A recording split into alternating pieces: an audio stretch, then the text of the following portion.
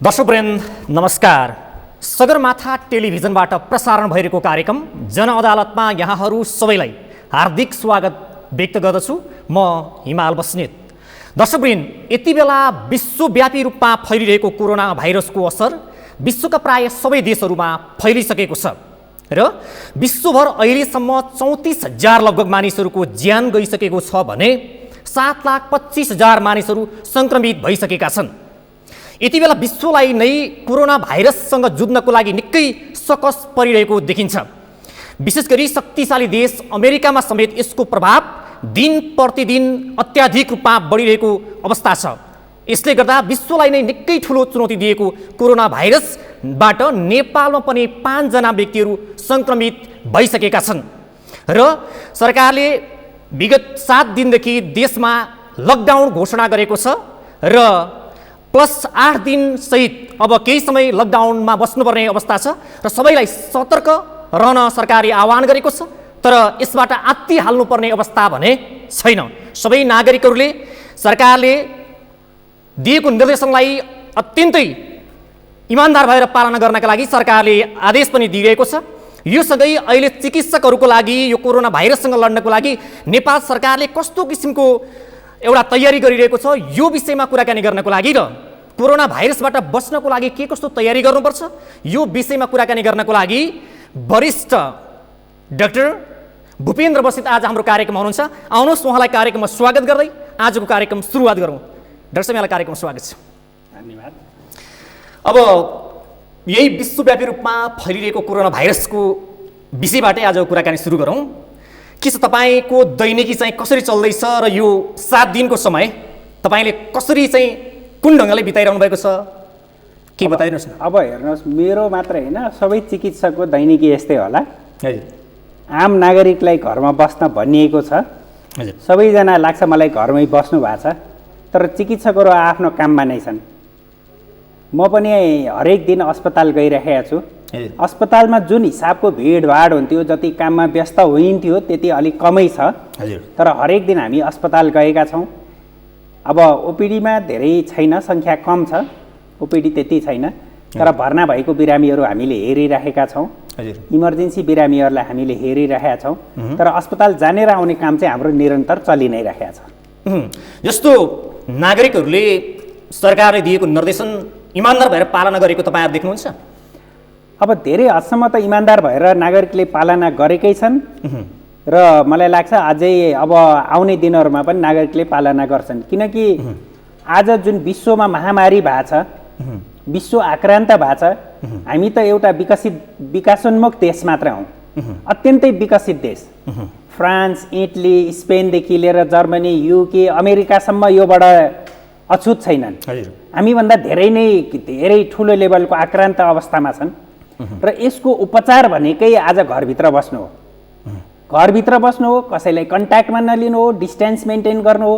आजको उपचारै यो हो र यो चाहिँ आम नागरिकले पक्कै पनि यो हाम्रो जस्तो देशमा योभन्दा ठुलो उपचार केही छैन भन्ने बुझ्नु भएको छ र बस्नुहुन्छ भन्ने पनि विश्वास छ। जस्तो तपाईँकै कुरा गरौँ, तपाईँको यो भाइरस आउनुभन्दा अगाडिको दैनिकी जसरी चल्दै थियो त्यसमा तपाईँले के परिवर्तन गर्नुभयो र कसरी तपाईँको जस्तो बिरामीलाई उपचार गर्नु पर्यो, तर फेरि त्यसपछि चाहिँ घरमा जानु पर्यो, तपाईँका छोराछोरी परिवारसँग कसरी मेन्टेन गरिरहनु भएको छ ताकि तमाम अरू पनि चिकित्सकहरू जानकारी हुन्छ? यो कस्तो भने हामीलाई वास्तवमा चिकित्सक भनौँ, स्वास्थ्यकर्मी, अस्पतालमा काम गर्ने सबैलाई यो एकदमै समस्या छ।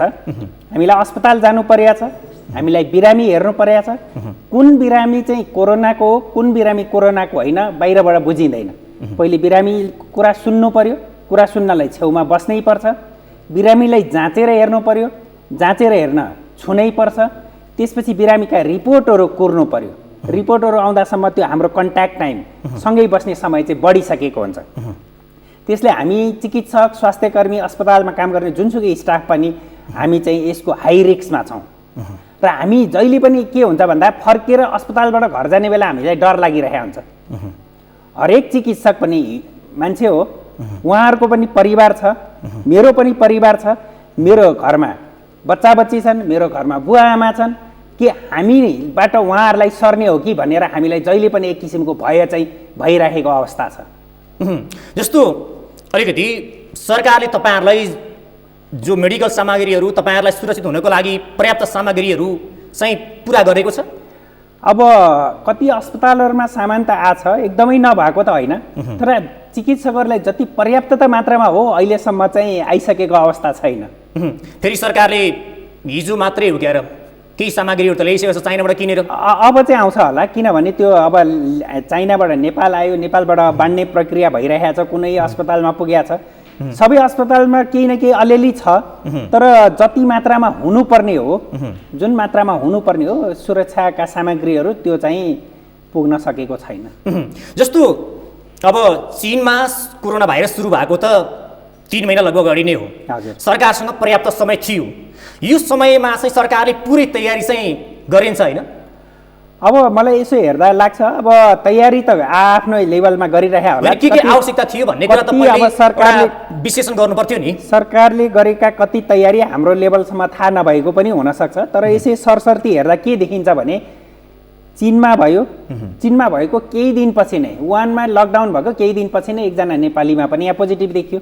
हजुर, पोजिटिभ देखिएपछि पनि अब त्यो त्यतिखेर नै विश्वको 20, 25, 30 देशहरूमा चाहिँ अलमोस्ट फैलिसकेका थियो र हामी त्यो नेपालमा पहिलो केस देखिएपछि आजसम्म हेर्दाखेरि 2 महिना कटिसक्यो। हजुर, भने त्यो 2 महिना चाहिँ हामीलाई पर्याप्त समय थियो तयारी गर्ने, यी सुरक्षा सामग्री ल्याउने, अरू सबै व्यवस्थापन गर्ने। त्यतिखेर फ्लाइटहरू पनि चलिरहेको थियो, बिजनेस पनि चलिरहेको थियो, हाम्रो छिमेकी भारतमै पनि केसहरू देखिएको थिएन, त्यतिखेर सहज समय थियो र नेपालमा आउँदैन भन्ने एउटा किसिमको मानसिकता पनि थियो होला सायद। केही न केही हिसाबमा त्यो बिचमा यो स्वास्थ्य क्षेत्रमा ठ्याक्कै चाहिने तयारी चाहिँ अब कागजमा धेरै तयारी भए पनि प्र्याक्टिकल लेभलमा तयारी अलिकति कमी भएको हो कि भन्ने हामी सबैले महसुस गरेकै कुरा हो। म अलिकति तपाईँलाई अब जस्तो विगत 7 दिनदेखि प्राय नागरिकहरू सबै आफ्नो घरमा बस्नु भएको छ, क्वारेन्टाइनमा बस्नु भएको छ। हजुर, अब विभिन्न किसिमका प्रश्नहरू उठिरहेका छन्। अब यो चाहिँ विभिन्न माध्यमबाट सर्छ भन्ने कुराहरू आएको छ, कसैले हावाईबाट सर्छ भन्छन्, कसैले नजिकै बस्दा पनि सर्छ भन्छ, विभिन्न किसिमको कुरा आउँछ। यो चाहिँ वास्तवमा कुन कुन माध्यमबाट सर्छ र कसरी सतर्कता अपनाउने भन्ने सम्बन्धमा तपाईँको विचार के छ? सबैलाई एकपल्ट जानकारी गराइदिनुहोस्। होइन, यो चाहिँ वास्तवमा आजको दिनमा जुन सरकारले गरेको छ, सरकारले सबै कुरा नराम्रो गर्यो अथवा गरेन भन्दा पनि यो केही दिनमा गरेका घटनाक्रमहरूलाई हामीले पोजिटिभली लिनुपर्छ। जुन लकडाउन गर्यो हाम्रो लागि बेस्ट यही हो। हामी जस्तै पहिलो चरण दोस्रोमै छौँ भनौँ न। हरेक देशमा के छ भने पहिले विदेशबाट आएका सङ्क्रामित देशबाट आएका नागरिकलाई देखिया छ, त्यसपछि उसका कन्ट्याक्टमा भएका घर परिवार छिमेकी उसको सम्पर्कमा भएको मान्छेलाई देखिया छ, त्यसपछि चाहिँ समाजमा कम्युनिटीमा चाहिँ सरेया छ। अहिलेसम्म हाम्रो जति देखिएको छ यो चाहिँ बाहिरबाट नेपाल आएका मान्छेहरूमा देखिया छ। अब उसको माने जुन कन्ट्याक्ट नजिकको सम्पर्कमा भएको मान्छेहरूमा पनि अहिलेसम्म देखिसकेको अवस्था छैन, त्यसैले एकदमै प्यानिक भइहाल्नु पनि पर्दैन। अब जब त्यो कन्ट्याक्ट नजिक भएको मान्छेलाई देखिन्छ, कम्युनिटीमा देखिन्छ, त्यो भयो भने हामी निकै नै प्यानिक हुनुपर्छ र त्यस्तो अवस्था आयो भने हाम्रो जस्तो देशलाई धान्न चाहिँ निकै गाह्रो हुन्छ। त्यसैले यो जुन लकडाउन गरेका छ, केही दिनदेखि सरकारले कडाइका साथ लागू गरेको छ, विभिन्न कामहरू गरेका छ, यसलाई हामीले एकदमै हाम्रो देशको लागि चाहिँ योभन्दा बेस्ट अप्सन नै थिएन र पोजिटिभ रूपले लिनुपर्छ। तपाईँले भनेको जस्तो अलिकति अब सरकारले राम्रो गरेको छ। अब कसरी सर्छ त भन्दाखेरि बेसिकल्ली यो चाहिँ फोक्सोलाई असर गर्ने भाइरस हो। फोक्सोलाई असर गरेपछि हामीले बोल्दा थुकका साना साना कण निस्किन्छ, खोक्दा साना साना कण निस्किन्छ, हाच्छिउँ गर्दा निस्किन्छ। त्यो जुन निस्किन्छ त्यसमा चाहिँ भाइरसका पार्टिकल्सहरू आउँछ। त्यो भाइरसको पार्टिकल मैले खोकेँ, मेरो नजिकै तपाईँ हुनुहुन्छ, तपाईँले सास लिँदा तपाईँमा जान सक्छ। जस्तो तपाईँ र म अहिले यतिमा छौँ, हामीलाई तपाईँले बोलेको यदि तपाईँलाई चाहिँ भाइरस रहेछ भने ममा सर्छ। यो चाहिँ अब तपाईँ र मेरो डिस्टेन्स हेर्दा चाहिँ सर्दैन। हामी चाहिँ एटलिस्ट 1 मिटरभन्दा टाढै छौँ। 1 मिटरभन्दा टाढा बस्नु पर्यो, त्यसमा चाहिँ सर्ने सम्भावना कम रहन्छ। तर मैले अब खोकेँ, हाच्छिउँ गरेँ, थुकेँ भने त्यो चाहिँ यहाँ जेमा लागेको हुन्छ त्यसलाई हामीले हातले छुयौँ भने यो हातले हामीले नाकमा छुयौँ, मुखमा छुयौँ, आँखामा छुयौँ भने त्यहाँबाट भाइरस चाहिँ भित्र जान्छ। त्यसैले पटक पटक हात धुनु भनिएको छ। एउटा त डिस्टेन्स मेन्टेन गर्नु भनियो, किन भन्दा मैले खोक्दा हाच्छिउँ गर्दा निस्केको कुरा तपाईँको हावासम्म गएर भित्र नजाओस् भन्ने हो।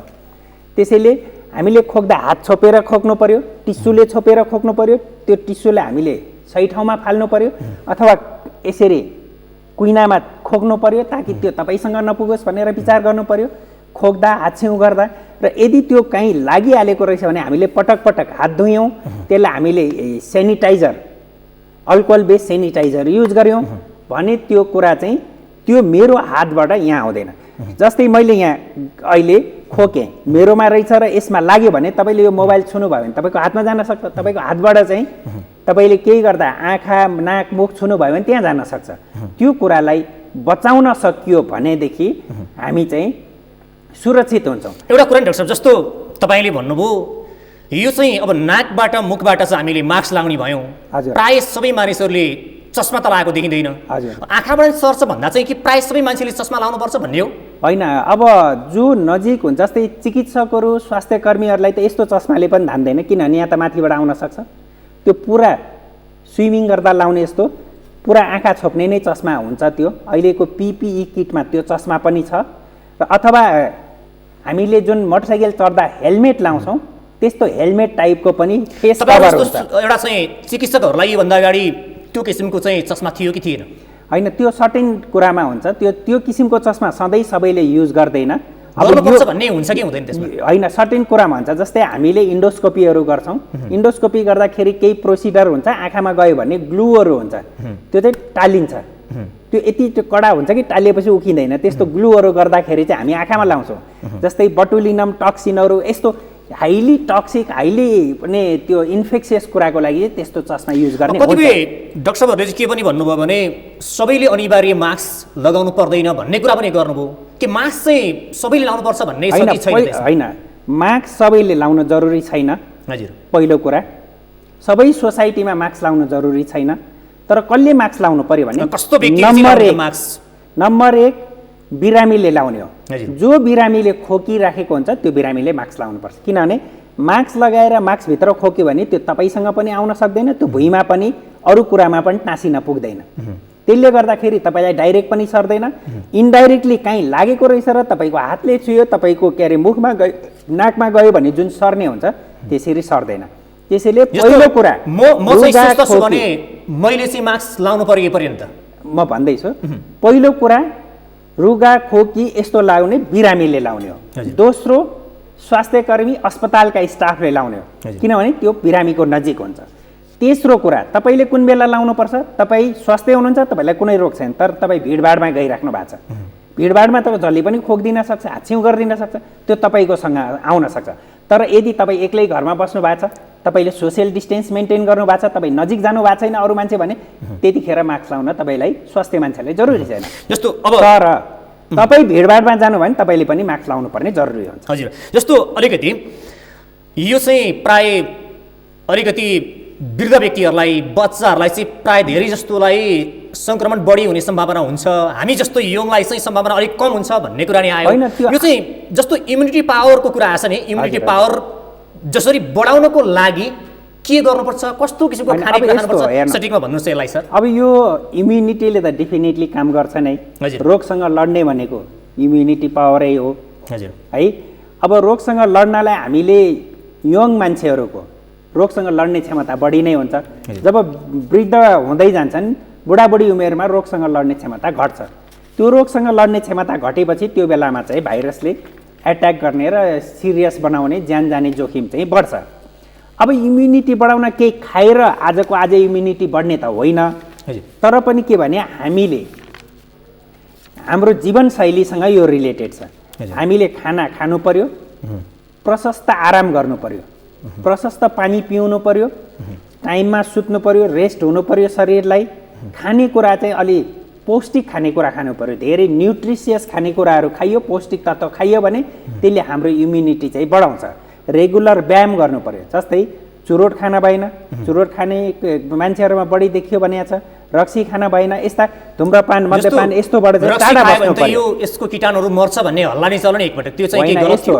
अब जस्तै अल्कोहल सेनिटाइजरले यहाँ चाहिँ पक्का मर्छ, तर त्यो अल्कोहल सेनिटाइजरमा हामीले युज गर्ने रक्सी र खाने रक्सी फरक छ।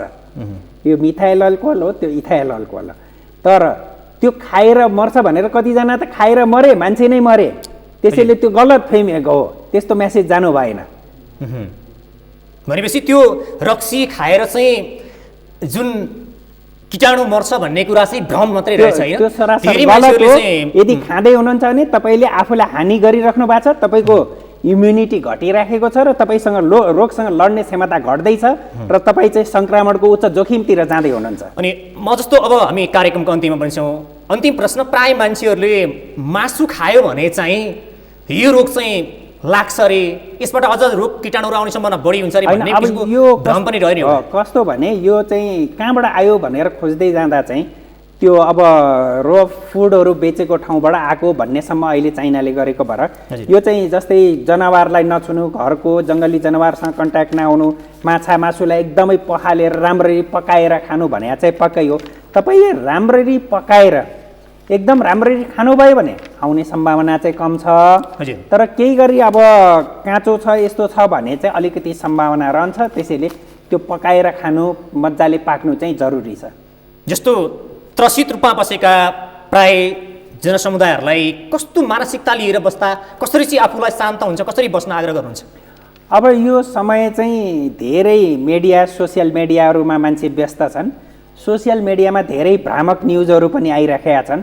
त्यो भ्रामक न्युजतिर लाग्नु भएन कि अथेन्टिक के हो, अथेन्टिक न्युज कहाँबाट आएको छ त्यसलाई फलो गर्नु पर्यो र हामीले प्रशस्त आराम गर्नु पर्यो, खानेकुरा पौष्टिक कुरा खानु पर्यो र हामीले यसलाई पोजिटिभ इनर्जीमा चेन्ज गरेर काम गर्नु पर्यो। हामीले सधैँ नेगेटिभ सोच्नु भएन।